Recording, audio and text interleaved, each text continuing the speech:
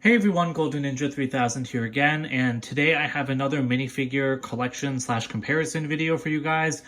This is almost every single minifigure of Wonder Woman that LEGO has ever made. What I'm missing is the very first Wonder Woman minifigure from 2012, and I am also missing the other mini doll Wonder Woman from the DC Superhero Girls line. But other than that, I have every single Wonder Woman. So let's take a look at them, starting with the one from 2015 instead of the one from 2012. Alright, so here's the 2015 Wonder Woman minifigure.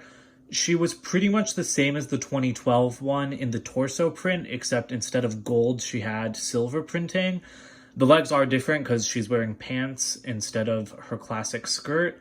And she does have a sword piece that's not as common a sword piece as some of the other long swords and short swords that LEGO does. And the hairpiece has remained the same on most comic Wonder Woman figures. This was introduced in 2012 with the first figure, except instead of gold, it had silver printing.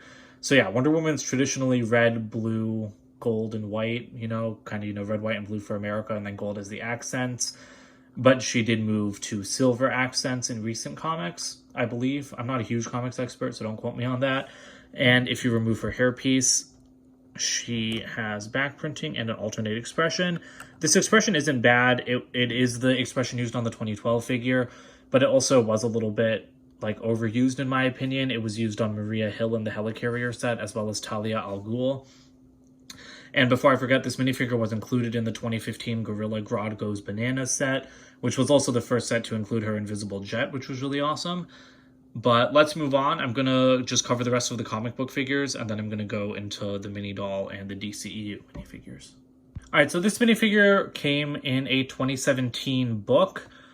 I don't remember exactly which book it came in. I think it was the Visual Dictionary for DC Superheroes.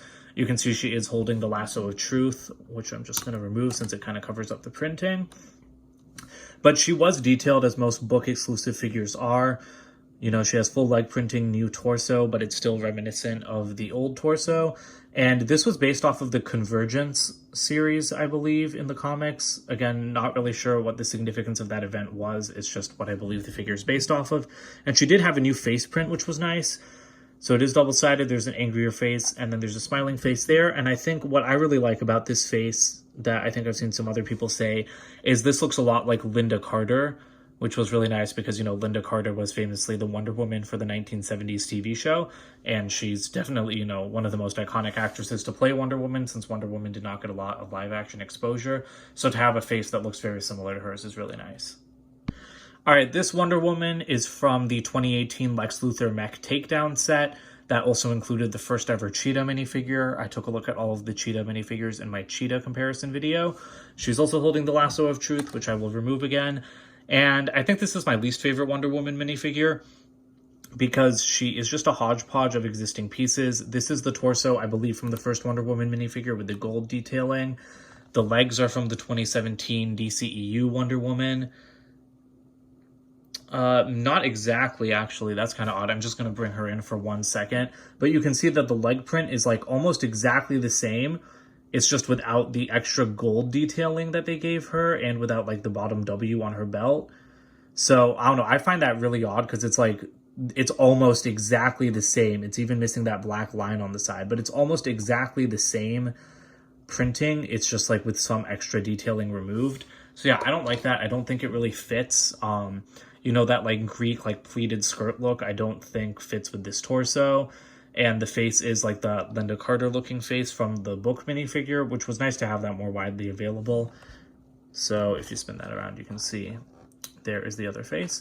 But yeah, that's it for this figure. Again, not my favorite because she's just kind of a weird mix of existing pieces, except for those slightly different legs. Alright, and then for our last comic book Wonder Woman, this is based off of her very first appearance in the comic books in the 1940s. This came out in the DC minifigure series. She's once again holding the lasso, as many of these figures are. And I really like this figure. I think the one kind of awkward thing about it is this skirt piece that they use a lot for Minnie Mouse and stuff. It looks very, very big on her. I don't think it looks bad. It just kind of looks, it's just a very large piece. And so I don't think Wonder Woman's skirt usually flows out that much. But she does have that nice eagle on her torso. You can see that The mold for the hair remained the same, but the tiara is actually printed yellow instead of gold or silver this time. She does have printed bracelets on the arms, and she's one of the only minifigures to have the printed bracelets. The other ones that have the bracelets are the DCEU figures. And if you spin it around the back, she did have a new face as well for the minifigure series. There's the back printing and there's the alternate face. I do really like this face. It was reused on the Wonder Woman 1984 minifigure that we'll take a look at in a second. And the legs are dual molded and printed on both sides. So I'm just going to pop off her torso and the skirt for a second. So this is what she looks like with the skirt off. I don't think this is a bad look either if you just wanted to display her without the skirt. But yeah, she's like, I think she's the most detailed minifigure besides the DCEU ones, which makes sense because she was in the minifigure series after all.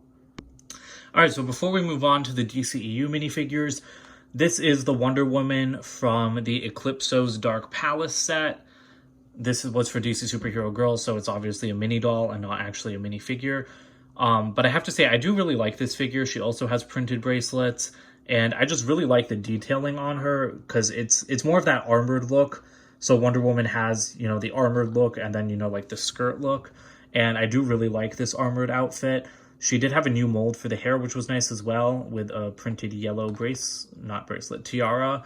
And she's holding like the more traditional longsword piece. She did have a new printed shield, which was also a really nice addition with the Wonder Woman logo.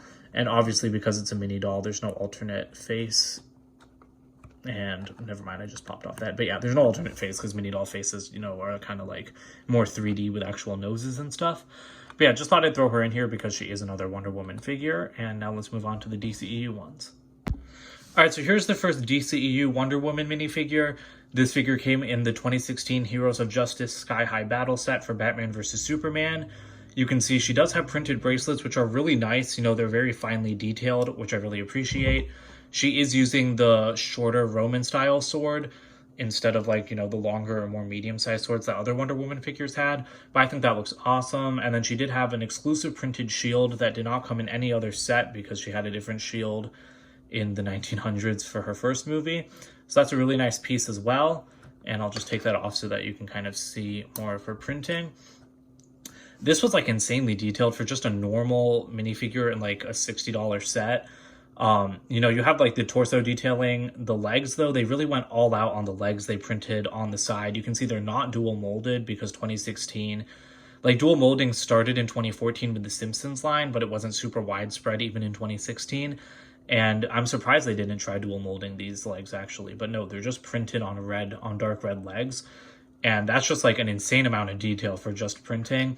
She had a new hair mold as well. This hair mold is like really awesome, and it's come in, like, it's had many different uses. It's a very useful hairpiece. A little bit stuck there. But you can see the tiara is just printed on her head. That was the first time they did that. And then around the other side, you can see the detailed back torso printing and what she looks like with the hair on her other face. So yeah, this minifigure I feel like really set a very high standard for Wonder Woman figures. And the hair really wants to stick to the head there. But yeah, I love this one, and we'll take a look at the one from her first Wonder Woman movie right now. All right, so here's the minifigure from the first Wonder Woman movie from the 2017 set Wonder Woman Warrior Battle.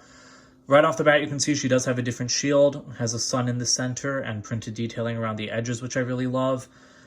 And if you compare it to the BVS minifigure, what I love about these two figures is that it's the exact same outfit, and it's even the exact same printing. You can see that the printing is exactly the same, like, on every side for these figures.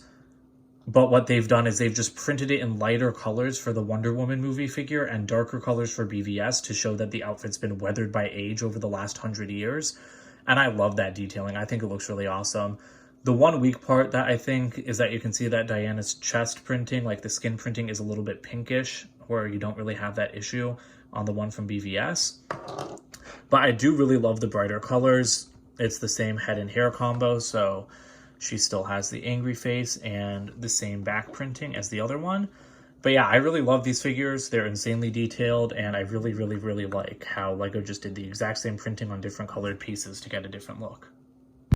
And the last minifigure is one that you guys have probably seen a lot on my channel between the set collection video and the Wonder Woman 1984 review video.